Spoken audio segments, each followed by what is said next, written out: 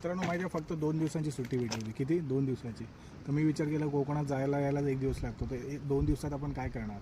तुम्हाला बघायचं मी काय काय अवेलेबल नसल्यामुळे ड्रायव्हरच्या बाजून बसावं लागलं आणि खूप त्रास सहन करून पण गावी जाण्याची एक ओढ होती आणि तो प्रवास हळूहळू लवकर झाला. लगेचच गावातून एक रिक्षा पकडली आणि आमच्या मुख्य घराच्या दर्शनी गेलो. जाताना खारी आणि मॅगी घेऊन गेलो, काहीतरी खायला पाहिजेत ना.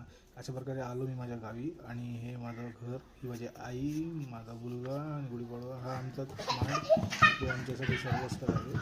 तर इथे आमचा शिमगा होतो. हे आता असं आहे, हे असं रात्री इथे शिमगा होतो. पोलीस